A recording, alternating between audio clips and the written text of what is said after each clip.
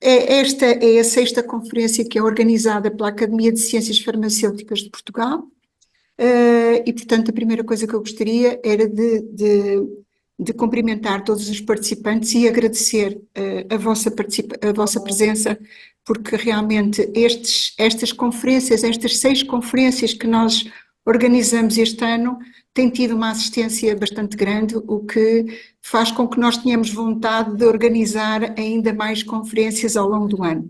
E antes de fazer a apresentação da professora Georgina, eu gostaria de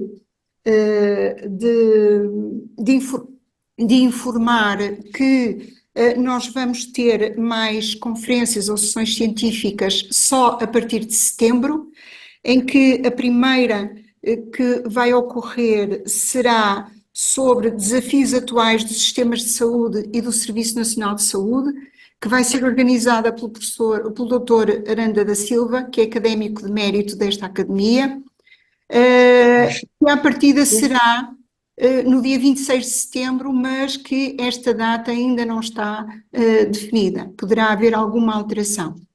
A segunda sessão será sobre nanosistemas, aplicações farmacêuticas, que será organizada pela professora doutora Sandra Isabel Dias Simões, que terá lugar no dia 17 de outubro. Depois teremos uma sobre desenvolvimento de vacinas em tempo de pandemia, que será organizada pelo professor doutor José Miguel Azevedo Pereira, e será no dia 14 de novembro de 2024, lógico. A última deste ano será sobre panorama e perspectivas da indústria farmacêutica, que será organizada pela professora doutora Maria do Carmo Neves e terá lugar no dia 12 de dezembro, desculpem, de 2024. Estas datas são datas previstas, haverá depois, será divulgado na página e, portanto, quem estiver interessado pedia para consultarem a página da Academia, que depois será devidamente divulgado. Ora bem, então em relação à nossa palestrante e também em relação à nossa conferência. Esta conferência vai ser preferida pela professora Georgina Correia da Silva, que é professora associada do Laboratório de Bioquímica da Faculdade de Farmácia. É um prazer estar aqui a fazer a sua apresentação. A professora Georgina foi minha ex-aluna ou estudante, foi minha colega, amiga e também colaboradora há longos anos. Eu nem digo quantos são, porque para não acharem que a gente já é muito velha. Não. A professora Georgina é licenciada em Ciências Farmacêuticas pela nossa faculdade, da Universidade do Porto, no ramo de C, das análises clínicas, das análises químico-biológicas e no ramo A, da farmácia de oficina e hospitalar. Concluiu o doutoramento em Bioquímica, também na nossa faculdade, exerceu funções de técnica superior no Laboratório Nacional de Investigação Veterinária e, a nível da nossa faculdade, é membro do Conselho de Representantes e do Conselho Pedagógico e foi corresponsável pela implementação na faculdade do programa de mentoria profissional Mentor Pro FFUP. É ainda investigadora da Unidade de Ciências Biomoleculares Aplicadas e tem desenvolvido o CIBIO, que é assim que é reconhecido, tem desenvolvido a investigação essencialmente em duas áreas. Uma, que é no cancro da mama, estrogênio dependente e inibidores da aromatase, em que neste âmbito tem estudado atividades biológicas de novas moléculas como inibidores enzimáticos, tem estudado também os mecanismos de ação dos inibidores da aromatase utilizados na clínica e os mecanismos de resistência endócrina. Mais recentemente tem-se dedicado ao estudo do potencial anticancerígeno de alguns canabinoides no cancro da mama estrogênio dependente. Uma outra área que é também a menina dos olhos, que é a sinalização canabinoide na biologia da reprodução, tem-se dedicado ao estudo do papel dos canabinoides na remodelação celular que ocorre durante a gravidez e os efeitos da sua desregulação na função reprodutiva nas mulheres. É autora e coautora de um grande número de publicações e orientou e co-orientou um grande número também de estudantes de doutoramento e estudantes de mestrado. Professora Georgina, muito obrigada por ter aceito o meu convite e o palco é seu. Antes de iniciar, eu gostava muito de agradecer o convite da Academia de Ciências Farmacêuticas. É um gosto poder estar presente e gostaria de retribuir também algumas das palavras amáveis da professora Natécia, que de facto este convite também é um gosto estar ao seu lado a apresentar alguns dos nossos resultados.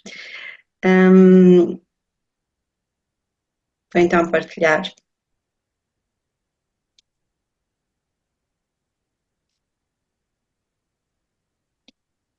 Não sei se já estão todos. Está bem, está bem. Pode, Georgina, pode. Pronto, então, como referi, muito obrigada por por este convite. Eu vou falar do impacto dos canabinoides no sistema endocannabinoide e aproveitar esta oportunidade também para falar um pouco da investigação que tem vindo a decorrer no Laboratório de Bioquímica da Faculdade de Farmácia da Universidade do Porto. Quando nós falamos em canabinoides, temos que concretizar que tipo de canabinoides estamos a falar, porque temos os fitocannabinoides, que são os canabinoides produzidos pela planta cannabis sativa, mas também existem os canabinoides sintéticos, que são produtos, moléculas da indústria farmacêutica, muitas moléculas até que falharam o seu percurso, são moléculas que atuam nos receptores canabinoides e utilizamos muito como ferramentas para uso experimental, de agonistas, de antagonistas dos receptores. Mas há também este caráter de droga de abuso que não podemos esquecer, já que facilmente se consegue comprar em smart shops, na internet, e estes compostos são altamente ativos na forma do Spice, do K2, que estão misturados com ervas e têm os mesmos efeitos, e isto não está bem regulamentado. E sendo estas moléculas tão potentes, existem casos descritos de problemas de saúde muito graves causados pelos canabinoides sintéticos, mas não vou falar deles hoje, não nesta perspectiva de droga de abusos. E sim, dos endocannabinoides, que são os canabinoides produzidos pelo nosso organismo. Quando cada dia que passa aparecem mais fitocannabinoides descritos, neste momento já são mais de 140, cada um vai ter algumas propriedades, é um mundo, como estávamos agora a falar no início desta conversa, um mundo de possibilidades a descobrir. Os dois principais que são considerados os canabinoides major, mas também são os mais estudados, aquilo que nós sabemos mais, são o delta-9 tetraidrocannabinol, THC, e o canabidiol, o CBD, que anda por aí também a ser vendido em todo lado, em todas as lojas de venda de CBD. Mas há os chamados canabinoides minor, que são canabinoides que eventualmente existem em menores concentrações de planta, mas que podem ir e têm, por certo, um grande interesse terapêutico e estão cada vez mais a surgir eventuais indicações em estudos pré-clínicos para o canabicromeno, para a cannabidiverina, o canabinol, o canabigeral e tantos outros que não estão aqui referidos. Não podemos falar sobre canabinoides sem trazer aqui o cientista responsável por uma dinâmica incrível de descoberta desde os anos 60, Rafael Mechoulam. Foi, apesar de conhecermos a planta cannabis e as suas propriedades terapêuticas desde a antiguidade, desde das medicinas tradicionais chinesas, curiosamente só em 1964 é que Rafael Mechoulam e Yoni Gawani em Jerusalém, que são investigadores israelitas na Universidade de Jerusalém, conseguiram isolar a molécula de THC. E a partir daí foi um mundo de descobertas, porque sabendo esta molécula de que modo iria atuar, de que modo atuaria nas células, como poderia, o que é que ia ser ativado, levou nos anos 80 à descoberta do primeiro receptor canabinoide, o receptor canabinoide CB1, e depois já nos anos 90 a descoberta do receptor canabinoide CB2.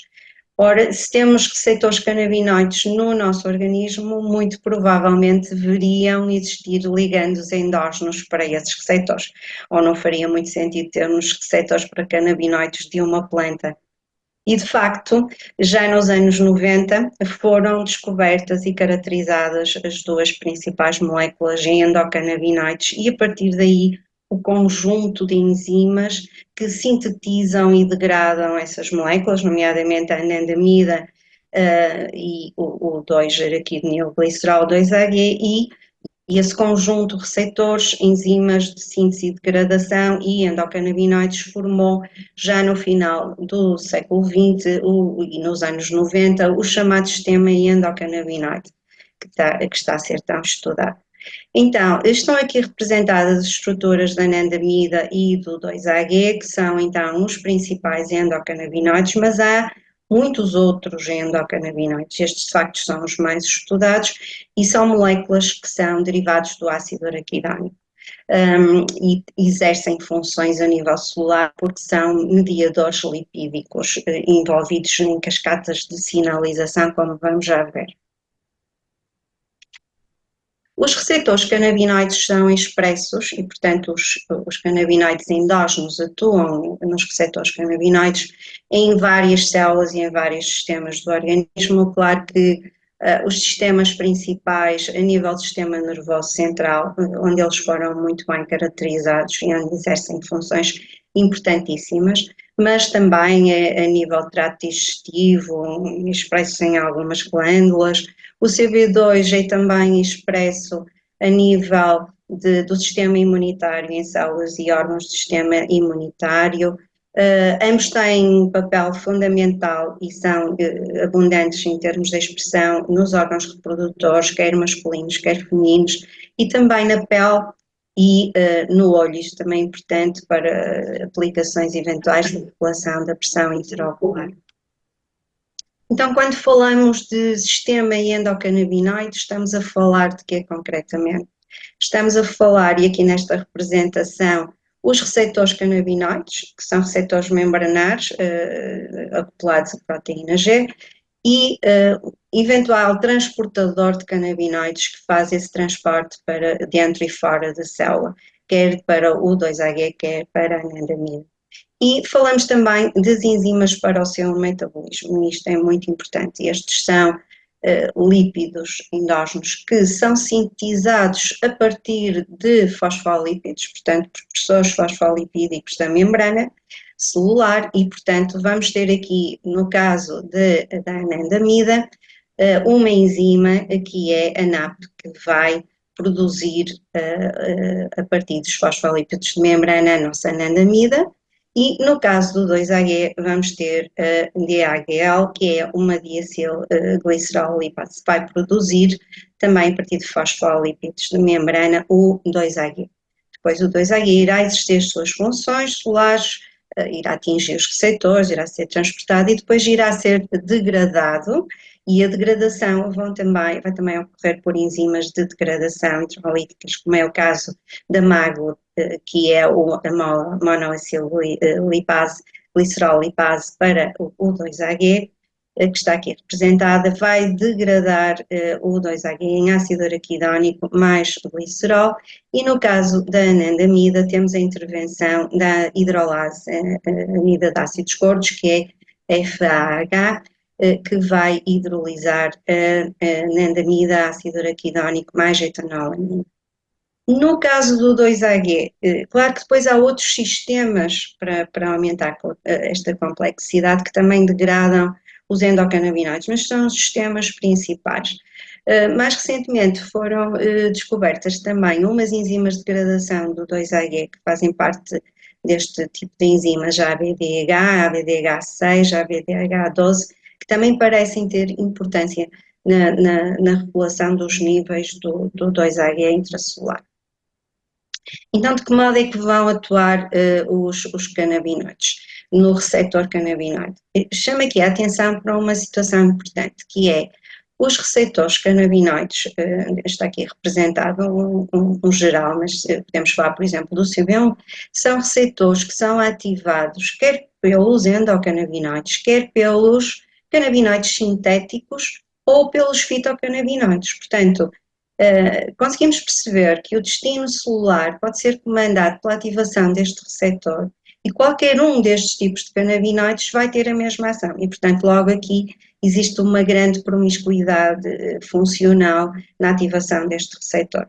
Os receptores canabinoides, CB1 e CB2, estão ligados à proteína G, têm uma ação inibitória da adenilciclase e, portanto, vamos ter uma diminuição dos níveis de AMP cíclico, uma inibição dos canais de cálcio e depois despoletam também produção de ceramida, isto é importante para a indução de processos apoptóticos, e vai despoletar uma cascata de sinalização de sínases que depois vão regular o destino da célula.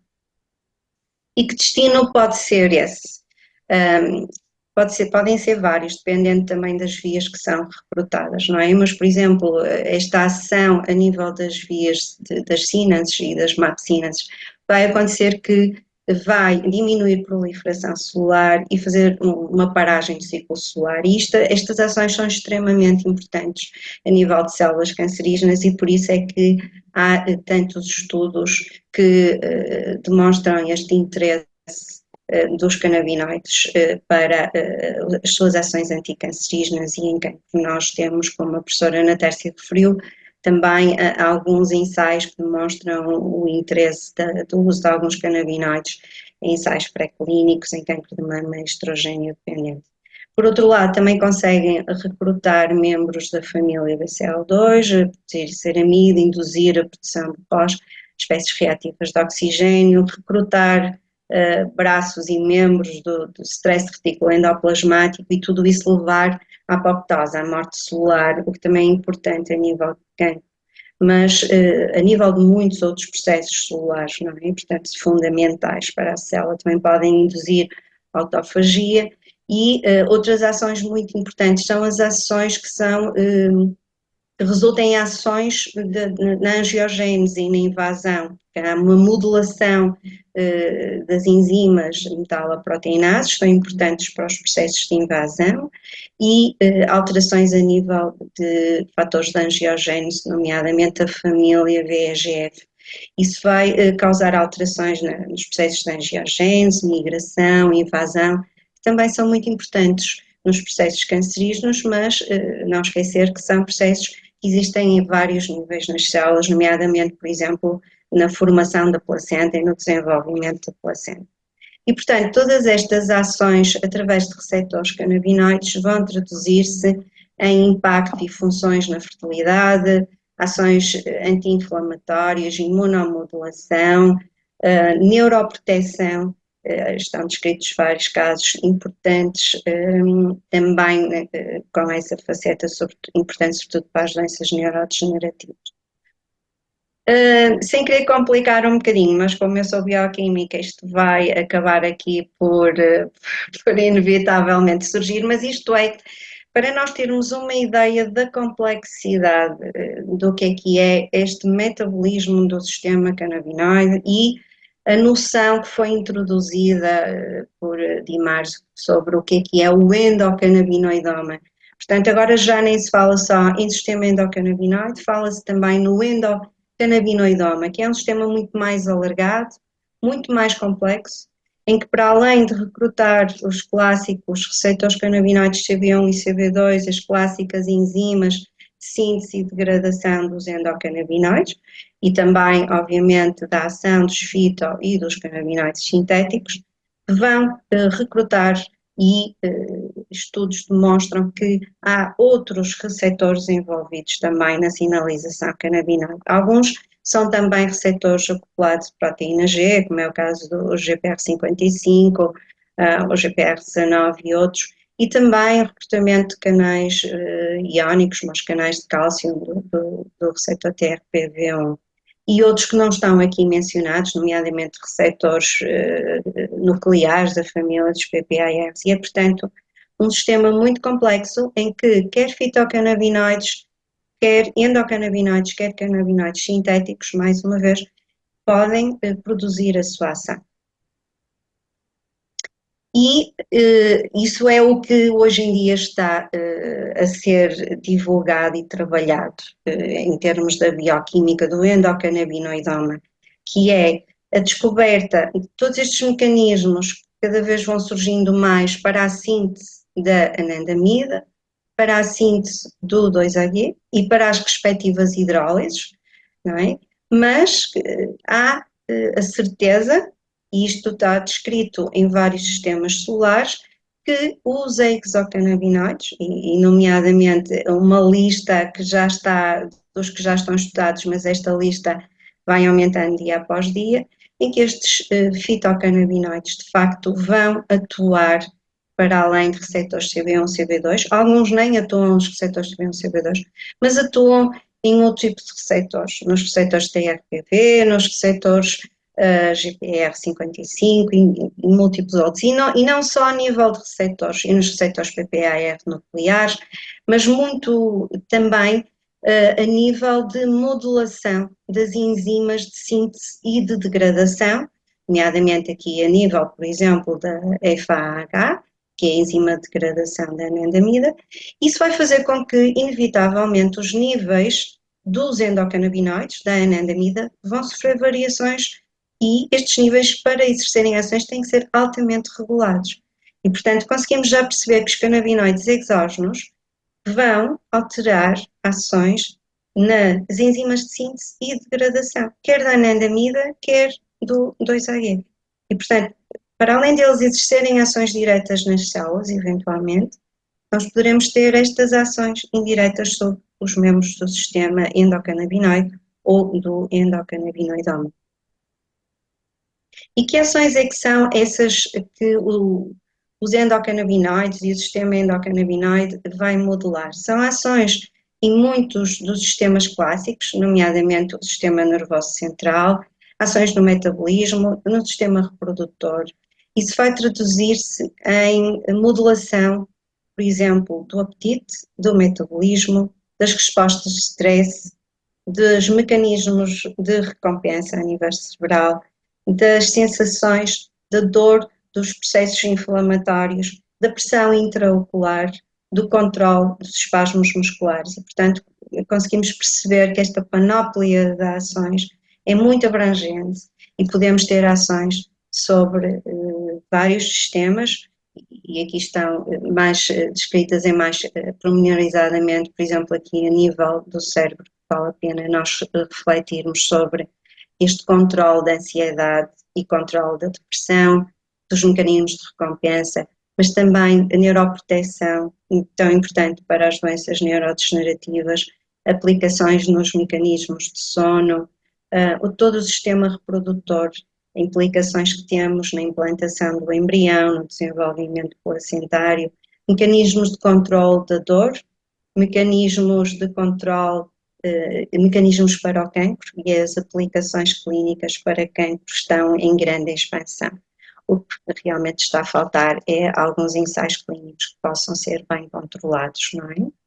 E os mecanismos e as ações mais descritas, mesmo para os minor cannabinoides que estão aqui, começam a surgir e, portanto, já sabemos que as ações para controle da dor crónica, não é? São importantes para o CBD, para o THC, a redução da náusea, ou seja, os seus efeitos antieméticos são extremamente importantes. Ações anti-inflamatórias, ações sobre os mecanismos da epilepsia, que é o caso concreto do canabidiol, que é muito importante para alguns tipos de epilepsia, nomeadamente em idade pediátrica, efeitos neuroprotetores. Estas ações anti-inflamatórias agora dos minor estão a ser muito utilizadas para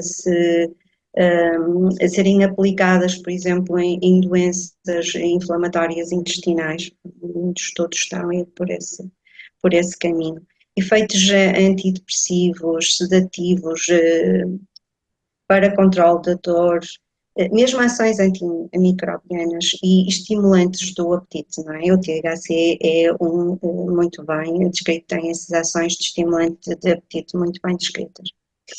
E existem já alguns fármacos, não é? Que podem ser utilizados, nós sabemos que o Sativex esteve disponível durante muito tempo para o controle dos espasmos musculares e da neuropática na esclerose múltipla, mas não foi muito prescrito. O Epidiolex aqui o Sativex é uma mistura, uma proporção para um spray nasal de 1:1 de CBD-THC. Aqui o Epidiolex é um óleo puro de CBD da planta e é muito eficaz para alguns síndromes epiléticos em idade pediátrica que são refratários antiepiléticos clássicos. E, portanto, a Epidiolex é uma arma terapêutica importante para estas situações que não respondem à terapia clássica. E depois temos o uso do THC sintético, não é? Na forma destes marinol, sindrol, sesamet, que podem ser utilizados devido às suas ações antieméticas, ao controle da náusea e dos vômitos nos indivíduos, nos pacientes que fazem os tratamentos de quimioterapia e também para aliviar a caquexia, não é? Nos mesmos casos e também em pacientes com SIDA. Relativamente à importância do sistema endocannabinoide na reprodução, ele é muito importante, quer na reprodução masculina, não há tempo aqui para falarmos tudo, mas os espermatozoides têm a maquinaria necessária a nível de enzimas para produzirem e expressarem todos os endocannabinoides e são importantes para a função celular do espermatozoide, mas aqui focando mais a nível do que vai acontecendo nos vários processos de reprodução, começando pela implantação. Na implantação, estes mecanismos estão muito bem descritos, até porque foram também estudados na parte da fertilização in vitro, e o que se sabe é que os níveis de anandamida têm que estar finamente regulados, finamente controlados, para que possa ocorrer uma implantação do blastocisto com sucesso. E depois também, a nível de diferenciação, proliferação das células do endométrio, que é o processo de sidualização, e que nas mulheres ocorrem sempre na segunda parte do ciclo menstrual, os níveis de anandamida também são altamente regulados e são muito importantes, e também para o normal desenvolvimento da placenta. Para além da sua ação nos tecidos, nós temos o aspecto interessante de termos os endocannabinoides como possíveis biomarcadores, porque como eles passam para a circulação sanguínea, por exemplo, temos aqui o caso dos níveis plasmáticos de anandamida que foram propostos já há alguns anos atrás. Claro que há aqui algumas dificuldades depois de se implementarem todos estes conhecimentos, não é? Mas a anandamida consegue ter flutuações detectáveis no plasma ao longo da gravidez. Há aqui um pico. Ela também se altera durante o processo de avaliação, os níveis, não é? Estamos aqui a representar preto os níveis normais e há aqui um pico durante a fase então de implantação. Depois, no final da gravidez, novamente um aumento, provavelmente até para mecanismos não tão bem descritos, mas poderá ser para controle de dor, mas aqui, em casos de aborto, nós conseguimos perceber que os níveis plasmáticos da anandamida também se alteram. E, portanto, nós temos aqui um sistema endocannabinoide e os seus membros, os seus receptores, as suas enzimas, os seus endocannabinoides alterados em situações de patologia do sistema reprodutor.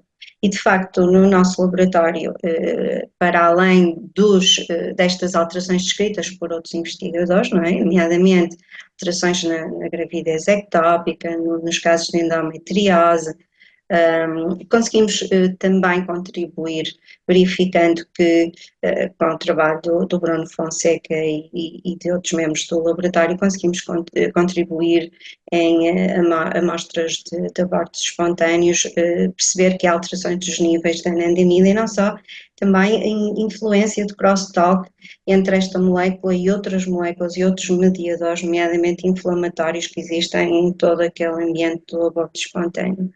E no trabalho de doutoramento do João Maia também conseguimos, utilizando plasma e amostras de placenta de mulheres com pré-eclâmpsia, demonstrar que vários membros do sistema endocannabinoidoma estavam alterados.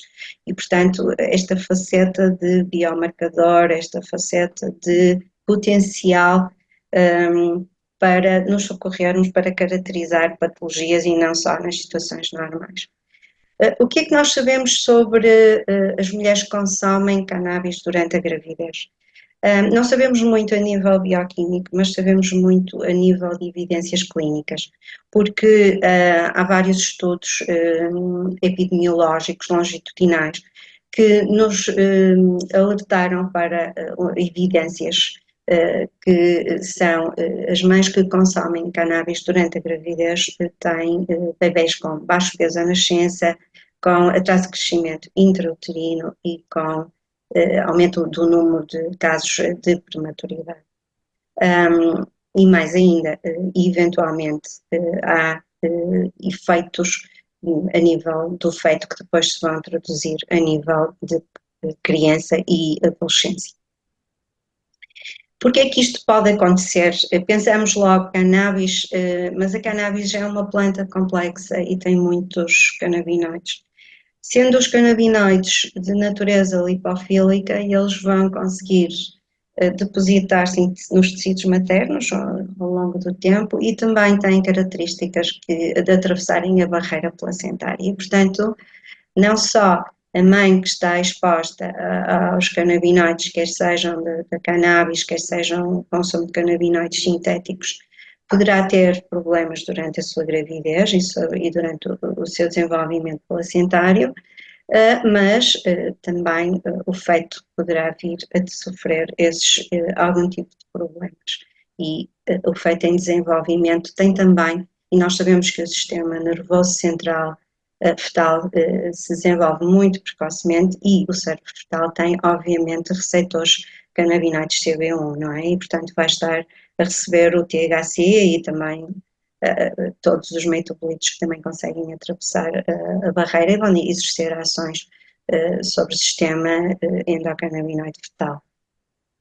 E assim, o que tem ultimamente sido descrito para além desta baixa peso à nascença, prematuridade, que estão já bem descritos, nós conseguimos perceber que há cada vez um maior número de artigos publicados que alertam para complicações e para consequências após o nascimento, nomeadamente nível cognitivo, aumento de impulsividade, hiperreatividade, dificuldades na concentração e outros problemas que tentam demonstrar estar associado ao consumo de cannabis materno. Como agora tentamos ver não só o que é que se pode passar com estas evidências clínicas, tudo isto muito complexo, o que os investigadores estão a fazer é tentar perceber isoladamente o efeito dos diferentes canabinoides. E o que é que nós sabemos que vai acontecer a nível placentário? Sabemos que isto é uma contribuição do nosso grupo de investigação de há vários anos, que temos conversado sobre estes assuntos, mas também de vários outros investigadores, e que foi demonstrado que de facto vai haver alterações quer nos processos de turnover das células trofoblásticas placentárias, nos processos de proliferação celular, nos processos da apoptose, nomeadamente indução de stress de retículo, nos processos de diferenciação celular, como é o caso da sincialização, formação de sincícios pelas células trofoblásticas, fundamentais para a síntese das hormonas da placenta. E aqui temos também uma situação importante, interessante, isto até foi reportado por um grupo da Faculdade de Medicina da Universidade de Porto, que é, eles olharam para o ácido fólico, mas há uma interferência no transporte de nutrientes através da placenta pelo THC. Uma desregulação da sinalização de estrogênio, que é extremamente importante, e alterações na invasão dos trofoblastos, não é? Isto é na sequência de todas aquelas ativações que falamos no início, não é? De alterações da expressão de metaloproteinases, de fatores de angiogénese da família VEGF, etc. O CBD está muito menos estudado, mas os trabalhos de doutoramento que estão a decorrer da Patrícia Alves, esperamos, e já publicou alguns sobre CBD, mas o seu trabalho ainda continua, ainda está a decorrer. Aquilo que nós e outros investigadores já reportamos foi que há, de facto, isto aqui também tem a contribuição do nosso grupo, alterações nos processos de proliferação, de decidualização, de sinalização pelo estrogênio, que são importantíssimos para esta proliferação e diferenciação celular das células do endométrio, não é? E, portanto, isto ocorre já na segunda fase do ciclo menstrual também, não é? Portanto, não é só nos processos, na gravidez e nos processos da formação e desenvolvimento placentário. O CBD, V-canadiverina e o CBG estão ainda numa fase muito precoce de estudo, mas parece que vão acompanhar todos os outros canabinoides nestes processos. Ou seja, o que é que, e aqui os trabalhos de doutoramento do João Maia foram uma grande contribuição. Nós conseguimos demonstrar que, de facto, o THC na placenta tem uma ação que pode, para além de como alguns investigadores e como vimos nos slides anteriores, pode ser uma ação direta, pode ser uma ação do próprio canabinoide, até porque ativa os receptores canabinoides que existem na placenta, são altamente expressos. Os próprios canabinoides podem entrar nas células sem ativar receptores, porque eles, como são lipofílicos, atravessam perfeitamente as membranas biológicas, e isso já está também descrito e muitas vezes não são mecanismos dependentes de receptores.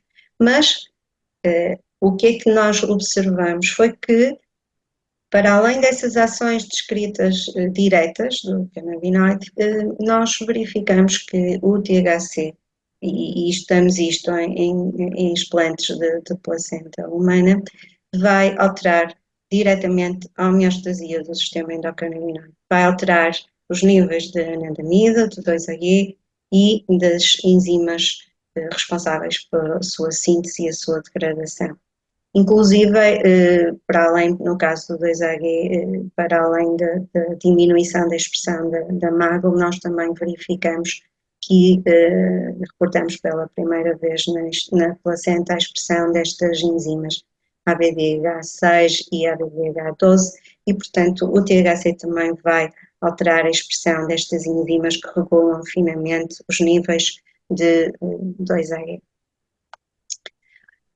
Falamos da placenta, mas o que está a acontecer é, aos poucos, começa a surgir este interesse para se estudar o impacto da administração de canabinoides exógenos no sistema canabinoide, endocannabinoide ou no endocannabinoidoma.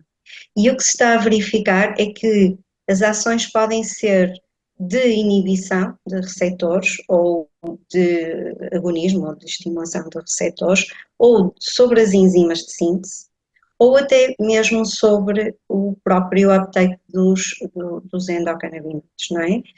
Agora, o que é que vai acontecer?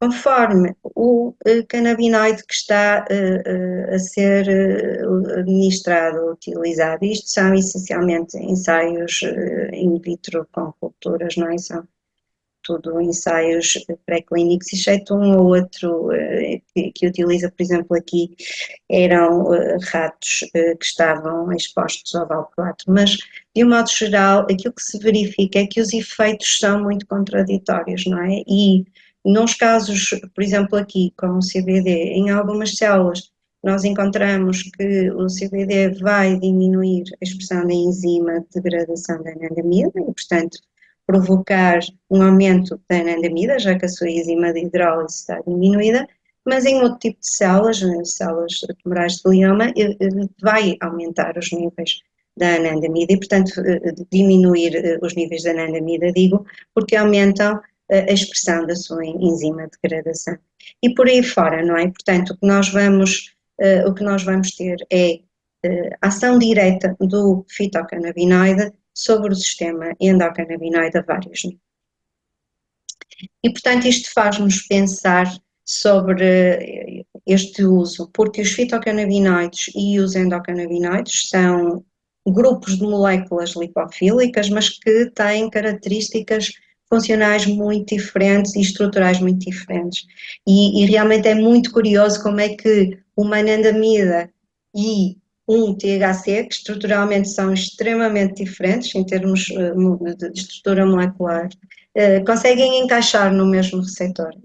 A sua molécula adquire uma tridimensionalidade que permite a ação sobre o receptor. No entanto, os compostos são muito diferentes e essas atividades sobre as células vão ser sobrepostas, como vimos, vão atuar nos mesmos receptores e vão influenciar muitas das enzimas de síntese e degradação dos endocannabinoides. E, portanto, este equilíbrio entre o que é que se administra exogenamente nos canabinoides da planta e as enzimas de síntese e degradação do sistema endocannabinoide que vão regular os níveis dos canabinoides endógenos, dos endocannabinoides, e esse equilíbrio é muitíssimo importante.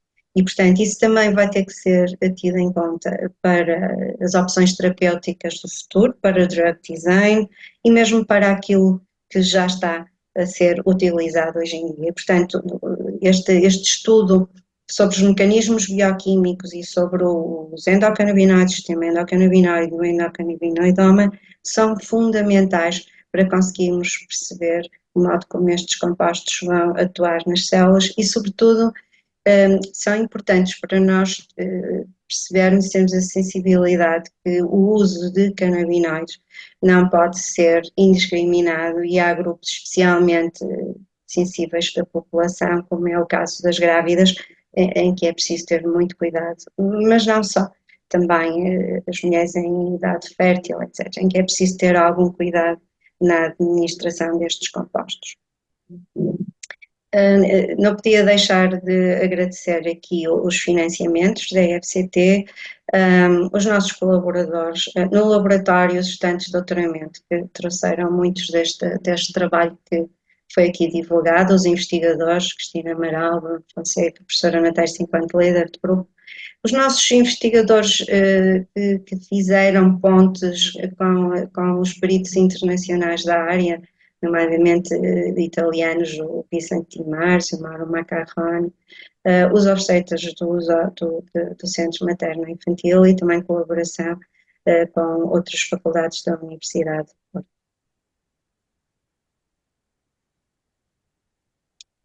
Ora, eu sou suspeita, não é? Mas muito obrigada, Georgina, foi excelente. E agora temos um bocadinho sessão de perguntas.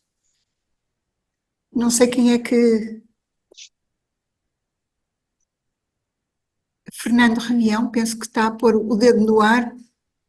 Sim, estava aqui à procura do símbolo para fazer pôr a mão no ar. Ora bem, boa tarde a todos e muito obrigado, Georgina, pela tua apresentação. Tenho muita curiosidade sobre os canabinoides, até porque, como tu sabes, nós temos aqui trabalho com os sintéticos e, portanto, andamos sempre aqui com alguns compostos e a tentar perceber o que é que eles fazem, como fazem.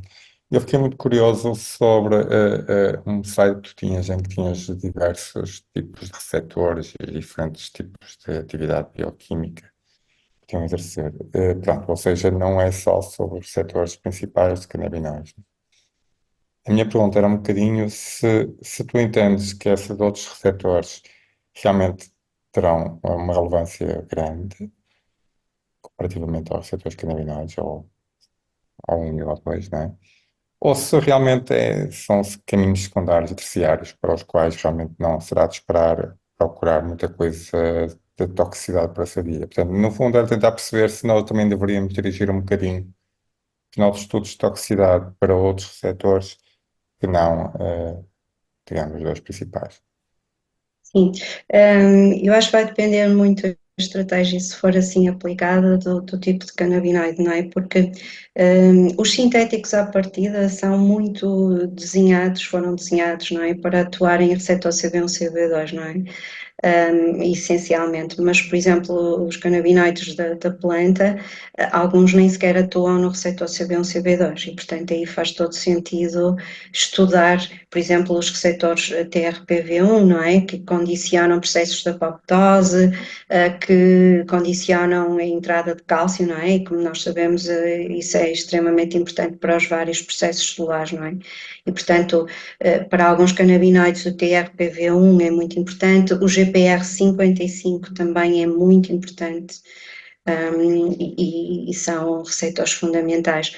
Curiosamente, o GPR19, por exemplo, está a começar a vir a ser muito ligado ao metabolismo.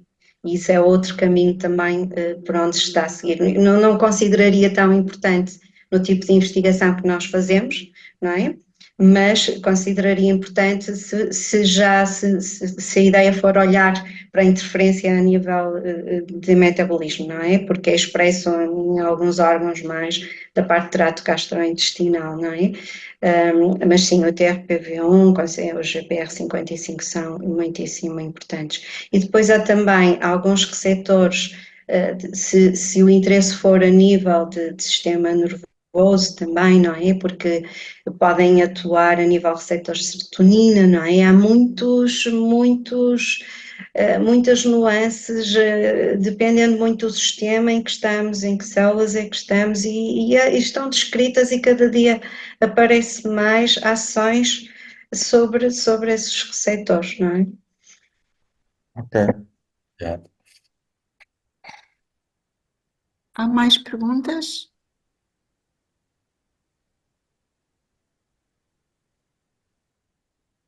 Não? Eu só gostava aqui de acrescentar, já que estamos aqui farmacêuticos aqui a ouvir-nos, é que eu não falei sobre isso porque eu estava muito focada não no uso dos canabinoides, mas sim na parte bioquímica do sistema endocannabinoide, mas estas interferências dos canabinoides e dos fitocannabinoides vão muito para além da interferência no sistema endocannabinoide, não é? E eles podem ter interações e interferirem, por exemplo, o caso CB10 já está descrito, com enzimas do complexo citocromo P450, não é? Na sua metabolização. E, portanto, já estão casos descritos de interferências do CBD quando é tomado em conjunto com os antiepiléticos clássicos, interferências com a varfarina, não é? Portanto, quando os canabinoides começarem a ter este uso mais corrente e esta aplicação terapêutica, é preciso ter cuidado com estas interações medicamentosas possíveis, não é? Porque existem estas interações também com estes complexos, não é? Há mais alguma questão? Não consigo ver ninguém. Acho que não há mais ninguém. Já, estou a Há ver. uma mão levantada, da Catarina Paiva. Catarina Paiva, sim.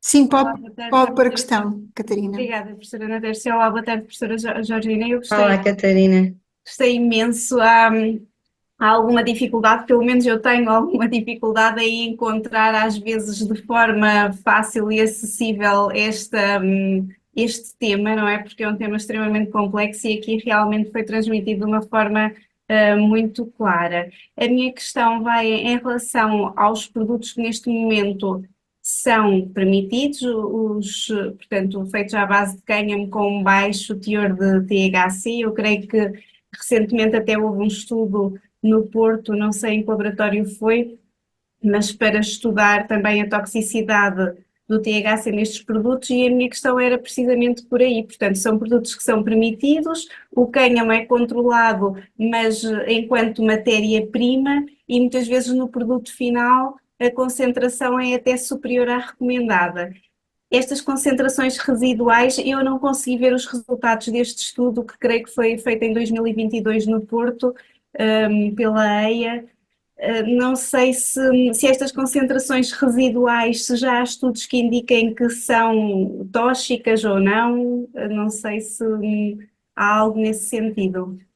Eu sobre a toxicidade da planta e de extratos da planta não sei sobre isso. O que nós sabemos é que é diferente estar a estudar os canabinoides isoladamente ou estarmos a estudar a planta, não é?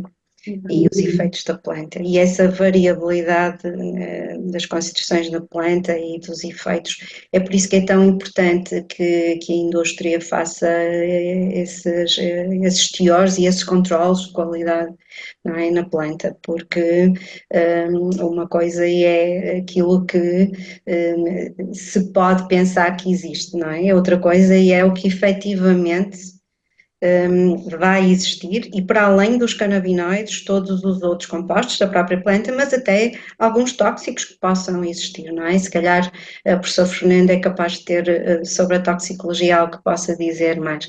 Agora, o que é preciso aqui ressalvar é que estes compostos que mostrei do uso clínico são canabinoides isolados, não é? Portanto, o Epidiolex é um óleo super concentrado, praticamente só de CBD, não é?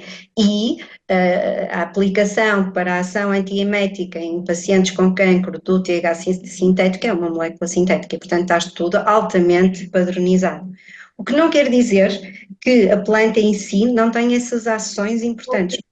A Ativex tem também essa proporção de 1:1 para o alívio do espasmo, não é? E de muscular e toda a parte neuropática da esclerose múltipla. É porque às vezes faz sentido os canabinoides estarem agregados, e isso é outra coisa que nós ainda não estamos a olhar, não é? Porquê? Porque é preciso começar por algum lado e é se calhar mais fácil estudarmos as ações deles isoladamente, mas na planta existe o tal efeito entourage, que toda a gente fala por aí, em que os canabinoides têm ação complementar e favorável, não é? E por isso é que pode fazer sentido a associação de canabinoides, não é? Agora, quanto a essa toxicidade, eu acho que é um problema muito bem levantado e é uma questão muito pertinente, porque é preciso ter muito cuidado com o que vai aparecer, com o que é que vai ser consumido, com o que é que está lá, e mesmo na própria cannabis, não é? Por exemplo, nos Estados Unidos há uma tendência atual que é as grávidas consumirem cannabis em grande número para o controle do enjoo. Porque como tem ações antieméticas e não é extremamente regulamentado, podem encontrar a cannabis naquelas lojas que eles chamam os dispensaries, não é? Que funcionam como os nossos ervanários. E as grávidas vão lá, compram a cannabis para alívio do enjoo, não é? Da gravidez, e nem sabem a concentração de THC que está ali, não é? Portanto, tudo isto é preciso estar muito bem regulamentado. Eu acho que isso é tudo possível, mas não só, eu tenho a perspectiva bioquímica, não sou a pessoa mais indicada para falar sobre cannabis e os extratos da cannabis, não é esse, mas não sei se o professor Fernando está com a mão no ar, vai acrescentar por certo alguma coisa sobre isto. Não, Georgina, acho que explicaste tudo muito bem. Na realidade, Podias tentar ajudar a responder à Catarina, não é? Que há um não, estudo no Porto, mas eu não sei de quem é que fez isso. nós temos uma forma, só para como Já foram vocês.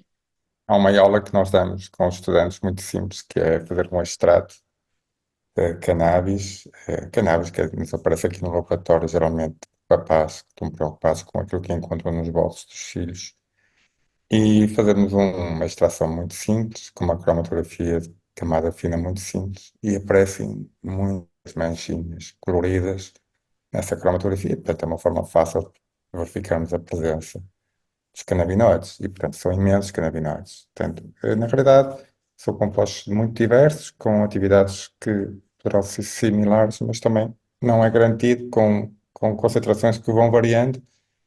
Portanto, nunca há, digamos, uma ação que nós possamos garantir homogénea, como acontece com um fármaco, que é um composto que está perfeitamente padronizado e, de certa forma, a qualidade é muito mais garantida e a sua ação é muito mais garantida. Portanto, acho que o que tu disseste, acho que é o que faz sentido, não é? Eu não arriscaria tanto nesses extratos e apostaria mais nas moléculas em si, os tratamentos que possam ser eficazes. Não sei se posso falar. Sim, sim, pode, doutor. Não, eu queria só. Nós temos em Portugal uma situação muito complexa, muito difícil de entender. Quando se fala de CBD, THC, depois as misturas, as resinas, não é fácil, porque a nossa legislação diz o seguinte: diz que qualquer coisa tirada da flor, não é? Da flor, depois, digamos, torna-se um produto controlado, torna-se um psicotrópico, quando a tendência normal, em alguns países da Europa, é aquilo, o CBD seja sempre CBD. CBD é CBD. Venha da planta, venha da resina e seja sintético. Esta é que é a verdade. Portanto, não é fácil, a colega há pouco, a Catarina, não é? Eu penso que, falando nestas questões, eu acho que há aqui muita coisa para nós entendermos. Na realidade, existe CBD na rua, que se vende nessas lojas, tipo... Sim, mas esse é o CBD igual ao que eu manipulo como CBD GMP. Nós trabalhamos galenicamente com CBD 100%, o chamado isolate, o CBD isolado, que tem esta vantagem de não ter contaminantes, não ter depois não ter THC, pronto, para já. Depois há as misturas CBD com THC da própria resina, e depois ainda há o THC com várias concentrações, resinas, e depois ainda há a flor, também com diversas concentrações, complicado. Diversa concentração de THC e algumas com mais ou menos CBD. Portanto, no fundo, era preciso, do ponto de vista farmacêutico, se criarem monografias para que consigamos normalizar os aspectos terapêuticos. Nós nunca sabemos o que é que andamos a fazer e nem nunca sabemos o que é que andamos a falar. Do ponto de vista científico, está tudo muito claro. Fala-se em CBD. Okay? CBD, seja ele qual for, é aquela molécula com aquela especificação, com aquela padronização, com aquelas especificações químicas e físico-químicas. Portanto, daí a confusão. Portanto, era fundamental, deixa aqui o tema, não é? Eu acho que nós farmacêuticos nos temos que envolver mais, porque esta parte da medicina está a evoluir a uma velocidade assim muito grande. Eu penso que é preciso refundar um pouco, digamos, influenciar o conhecimento farmacêutico neste processo. Então começamos por precisamos de monografias. Precisamos de uma coisa onde se sabe do que é que se está a falar. Não sei se me estou a explicar. É preciso que, depois, galericamente, há muito a fazer. Muitos processos galéricos são complexos. O trabalho da flor, a preparação da flor para a administração em aerossol, com vaporizadores. Depois temos a parte do tratamento das resinas. Depois temos a parte da preparação do CBD, a questão da temperatura. Portanto, também precisávamos, isto estou a dar trabalho aos nossos colegas universitários, das áreas respectivas. Precisamos de estudar inclusivamente a estabilidade dos preparados galénicos, porque das especialidades farmacêuticas está mais ou menos estudado, não é? Está aprovado, está estudado. Está. Agora, da manipulação, estes produtos serão sempre, para já, segundo nós entendemos, serão produtos de terapêutica personalizada. Serão autênticos manipulados, não é? Precisávamos de um grande suporte. Eu digo nós práticos, não é? Nós, da universidade para criar, para desenvolvermos tecnologia farmacêutica apoiada em estudos e em ensaios de estabilidade. Pronto, apenas quase que deixo aqui esta dica Parabéns à professora Georgina, muito obrigado. E havemos de voltar a falar com certeza sobre este tema. Muito obrigada. Mais alguém quer pôr alguma questão? Então, eu agradecia novamente à professora Georgina pela forma clara como deu esta aula tão complexa e relembrar os colegas que em setembro voltamos novamente e quem estiver interessado, por favor, consulte a nossa página da Academia das Ciências Farmacêuticas de Portugal e um bom São João para todos. Muito obrigada pela vossa Eu presença. peço desculpa, professora Ana Tércia, Diga. eu creio que tínhamos um colega aqui a querer Aonde? uma questão. Eu creio que vi aqui António Teixeira Ferreira, não? Não sei se vi bem, mas Sim, Então, desculpe, exato. faz favor de fazer intervenção. Nada. Caros colegas, caros professores, eu acho que neste momento o sistema endocannabinoide, a ação dos endocannabinoides e dos fitocannabinoides é fundamental para a evolução das ideias de todos os académicos. Nós não nos podemos concentrar apenas em estudar, talvez, tão detalhadamente determinadas ações que algumas até são negativas, mas também devemos concentrar-nos em estudar as ações que são potencialmente favoráveis à utilização dos canabinoides e fitocannabinoides. Isso é fundamental, porque qualquer medicamento tem as suas contraindicações, qualquer molécula química pode ser bem utilizada ou mal utilizada. Não é à toa que, penso que foi em 2000, os Estados Unidos fizeram uma patente do THC para o seu uso medicinal e com as ações previstas para o organismo humano e onde poderão tirar benefício. A mentalidade farmacêutica também tem que evoluir um bocadinho, principalmente a nível do ensino do sistema endocannabinoide e das suas ações. É mais fácil nós procurarmos ações maléficas que benéficas, às vezes. Não podemos nos concentrar apenas nessa parte. Eu acho que é isso que tenho a dizer, não sei se alguém quer comentar ou se partilha da minha opinião ou não, mas no fundo é isso. E quanto à monografia, já existe a monografia que vai entrar da flor da europeia a partir do próximo dia 1 de julho. Agora, para cada canabinoide, havendo 100 canabinoides, fazer uma monografia para cada uma destas moléculas ainda vai demorar muitos anos. Obrigado.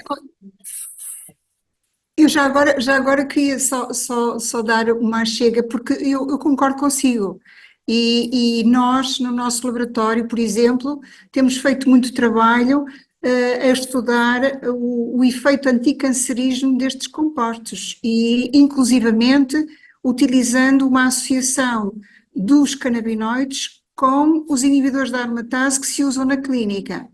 E nós temos contribuído com isso. Agora, o que me parece também, e isso é importante, é alertar que há um grupo de pessoas que é preciso ter cuidado com a forma como se administra, sobretudo porque se pode comprar através da internet e, portanto, por exemplo, as jovens estar a tomar isso podem depois ter consequências graves a nível da reprodução, da fertilidade. E, portanto, eu acho que nós temos que ver estas duas coisas. Eu concordo consigo que, e eu acho, pelo menos os resultados que nós temos publicado em relação dos efeitos anticancerígenos, eu acho que são muito promissores. Não só do canabidiol, como também de alguns minor canabinoides. E, portanto, eu acho que nós temos que olhar para os dois lados. Eu também gostava de acrescentar algo. Eu acho que não é só a nível académico que está a faltar estudos, eu acho que é até mais a nível essencialmente de ensaios clínicos, muito bem controlados, porque algumas das evidências que temos e de ensaios que temos são muito de empíricos, não é? E nós precisamos muito disso, de ter as bases sólidas de atuação com ensaios clínicos muito bem controlados e não tem que ser dos canabinoides isoladamente. Eu acho que a planta é, como eu acabei de dizer, os efeitos de entourage entre canabinoides são muitíssimo importantes e olhar para eles isoladamente pode não ser o caminho só, porque existe toda essa, e não só dos canabinoides, dos outros de moléculas que existem na planta, que são muitíssimo importantes na sua ação. Agora, de facto, o que está-nos a faltar muito investir na parte galénica, não é? Para a forma de administração destes compostos, não é? E ultimamente anda um bocadinho a pensar-se nestas formas de encapsulação, os óleos, etc., sendo lipofílicos, mas acho que essencialmente falta-nos muito ensaios clínicos muito bem controlados, porque tudo o que nós vamos sabendo vem de uma evidência empírica, mesmo esta aplicação na epilepsia refratária, veio de uma evidência, não é? Foi a Charlotte Webb, foi uma evidência de uma criança, não é? Que tinha convulsões incríveis diárias, não é? E que melhorou muito com aquela cepa de cannabis. E a partir dessa descoberta empírica, conseguiu chegar-se à ação do CBD e do Epidiolex, não é? Portanto, a planta tem aqui uma ação extremamente importante. Agora, que não está a faltar essa intervenção dos ensaios clínicos, mas eu penso que agora a indústria está a começar a entender, até com este interesse pelos minor, por exemplo, a cannabidiverina para espectro do autismo, não é? Está a começar também, que é uma coisa que infelizmente tem um impacto muito grande na população, está a começar a surgir um interesse muito vasto sobre isso, não é? E, portanto, é desejável que haja este acompanhamento da parte galénica e também do controle de ensaios clínicos para chegarmos a bom porto e tirarmos o máximo proveito da planta e dos canabinoides, não é? Tem o microfone desligado, doutor António. O que eu acho que está a acontecer neste momento é que os possíveis efeitos terapêuticos da cannabis estão a ser esmagados pela indústria, não farmacêutica, mas a indústria que quer proliferar isso. Infelizmente, a Alemanha liberalizou o uso da cannabis recreativa. De uma certa forma, esse uso, deixando de classificar o THC como um psicotrópico, um estupefaciente, graças a essa ação, é muito mais fácil qualquer pessoa que queira utilizar cannabis para fins recreativos e não terapêuticos já os esteja a utilizar. São receitas passadas online a custarem $1 o preço €1 o preço da consulta. Os produtos que estão a surgir no mercado alemão neste momento, mais vale nem os comentar. Portanto, eu defendo o uso da cannabis como um medicamento devidamente padronizado e devidamente sabendo o que se vai fazer com ele. O resto, para mim, não me afeta, nem quero saber, e basicamente será isso. Mas acho que devemos todos, os farmacêuticos, contribuírem para isso. Neste momento já existem 4 produtos à venda nas farmácias, e eu pergunto se os farmacêuticos estão devidamente informados para aconselhar-nos os efeitos. Sei que são poucos neste momento, mas Acho que fica muito mal o farmacêutico ir pedir informações ao dealer da esquina como recomendar o uso da cannabis ou os vaporizadores ou a flor Eu e ia tudo falar, mais. eu Ou poder- tenho que ser sincero e direto. Mas é a minha forma de ser e sempre será. Sim, doutor Henriques, Obrigado. por favor. eu apanhei mal que houve aqui um momento em que não deixei de ouvir, mas pronto, eu diria, agora falando um pouco pelos farmacêuticos comunitários, nós não nos atrapalhamos e tentamos fazer o melhor. E para nós e para os médicos que os prescrevem, não há muita diferença entre um produto de cannabis e um medicamento qualquer. Até porque eles se vão cruzar todos, não é? A professora falou numa situação gravíssima, que é a questão da interação, no caso dos usos dos antiepiléticos, sobretudo porque usa-se muito CBD para a epilepsia. Portanto, isto é uma área que merece uma atenção cuidada, porque a eliminação é feita através do mesmo sistema enzimático.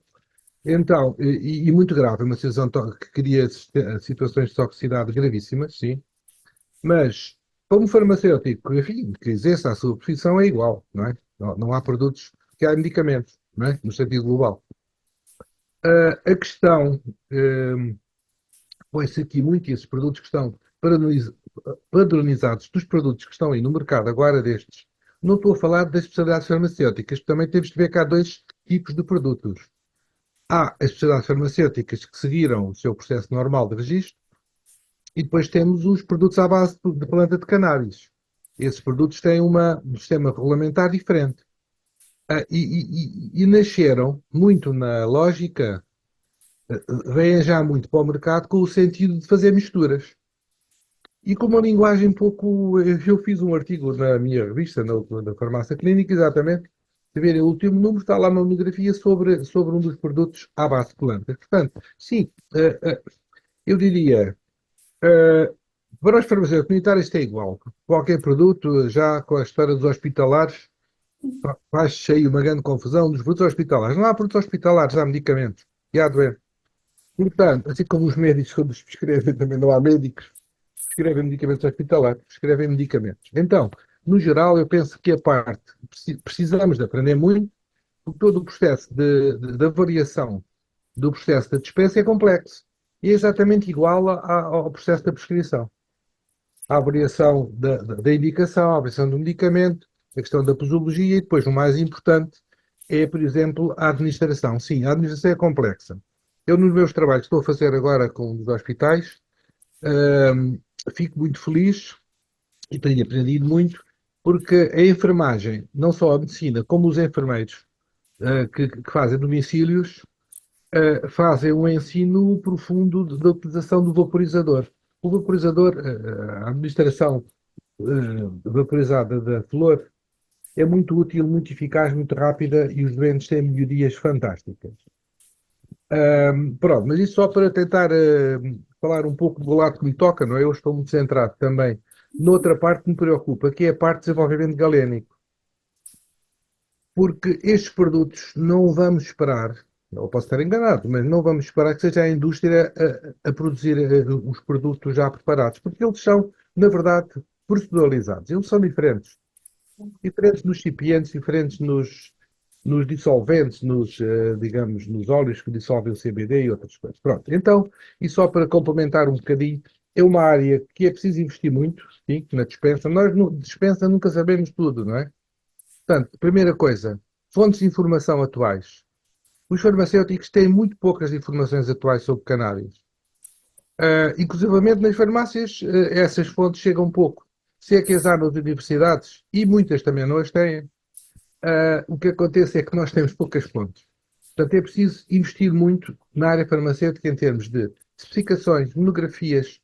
Não vamos esperar, reparem bem, eu salvo erro, apenas uma das farmacopeias, a europeia já tem agora uma monografia para a planta, para a flor, a farmacopeia, a farmacopeia alemã também tem uma monografia para a flor, mas depois faltam monografias para tudo. Isto é, nós temos dificuldade, muitas vezes, e não só os clínicos que prescrevem, como também os farmacêuticos que preparam e dispensam, têm dificuldade em saber do que é que estão a falar. Porque, por exemplo, quando se fala de flor, há flores de todo o tipo, então vamos ter que padronizar isto. Vamos ter que entender como é que as flores, a questão de serem GMP e não GMP, a questão depois não só da preparação, como também do próprio embalamento, de modo que a planta, já preparada ou não, tenha uma estabilidade satisfatória no tempo que se prevê. Portanto, há aqui um conjunto de coisas que esta sessão foi fantástica e abre-nos a porta para nós começarmos a pensar de uma maneira diferente. Precisamos rapidamente nos juntar, clínicos, práticos, académicos, para começar a trabalhar já e não esperar pelas farmacopeias.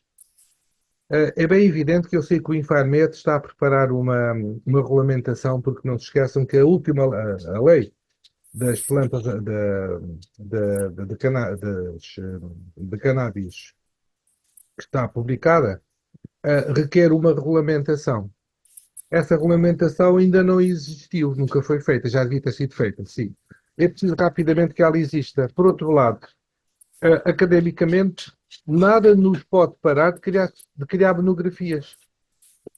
É muito difícil, quando nós selecionamos a planta, de saber que tipo de planta estamos a falar. E depois não faz sentido haver uma prescrição. Numa farmácia, o farmacêutico prepara um tipo de planta, na outra prepara outro tipo de planta. Portanto, rapidamente, do ponto de vista galénico, é fundamental que ganhemos normalização. Pronto, fica aqui o tal assunto. Agora, como farmacêutico comunitário, não nos atrapalhamos. Sim. Precisamos de aprender. Sim. O processo de utilização, por exemplo, está aqui um cachorrinho que nos está aqui, uma cachorrinha, que nos está aqui a fazer barulho com a sua cauda. O que acontece, na verdade, é assim. O processo de administração é complexo.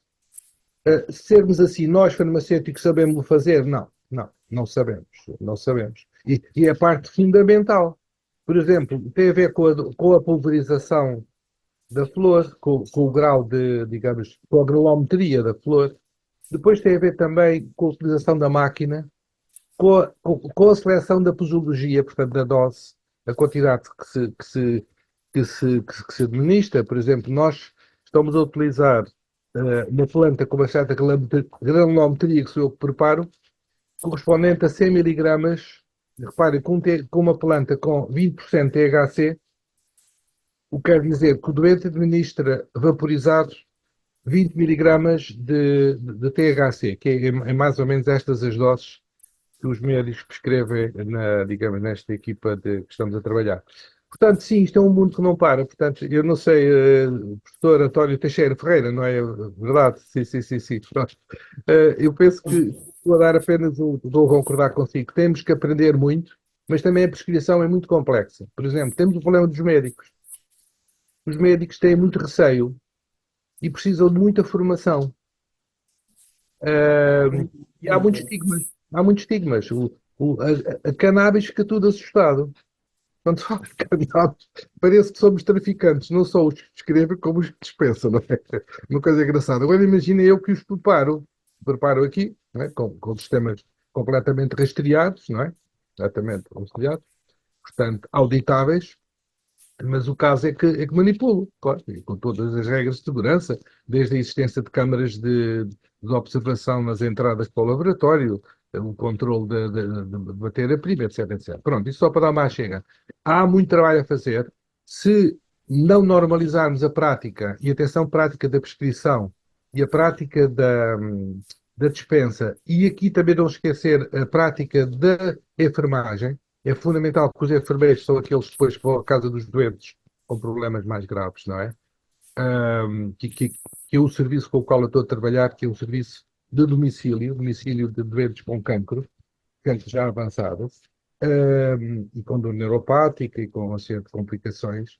Portanto, a enfermagem é fundamental também usar as máquinas. Se este processo não for bem oleado, se não usarmos uma planta padronizada, se não usarmos processos de preparação galénica em condições, se os seus enfermeiros não souberem depois ensinar ao doente, normalmente são eles que o fazem, não é? Que vão a casa, em muitas situações, ensinar a vaporização. Todo este processo falha e os doentes não. E vamos ficar mal impressionados com a utilização da cannabis. Só não ficamos porque, do ponto de vista científico, existem muitas provas já, não é? que estes produtos para várias situações podem ajudar. Pronto, só para dar uma chega, eu peço desculpa que não entendi bem o seu discurso todo, não sei se ajudei a complementar o seu raciocínio. Todas as ideias são bem-vindas. E já agora também quero dar os parabéns à doutora Ana Tércia, à professora Georgina, perdão, professora Ana Tércia, por aquilo que estão a fazer, mas e principalmente há que evoluir na forma de pensar e saber que é uma planta que é utilizada há mais de 2000 anos. Claro, claro. Estudos clínicos, apoios inteiramente. Isso é o que mais falta faz. Agora, vamos tentar dedicar os estudos clínicos também para os benefícios. Não vamos procurar só aquilo que pode existir de mal. É só isso. Eu sei que qualquer coisa, até a água em excesso nos afoga, portanto, obrigado. E desculpem se fui chato.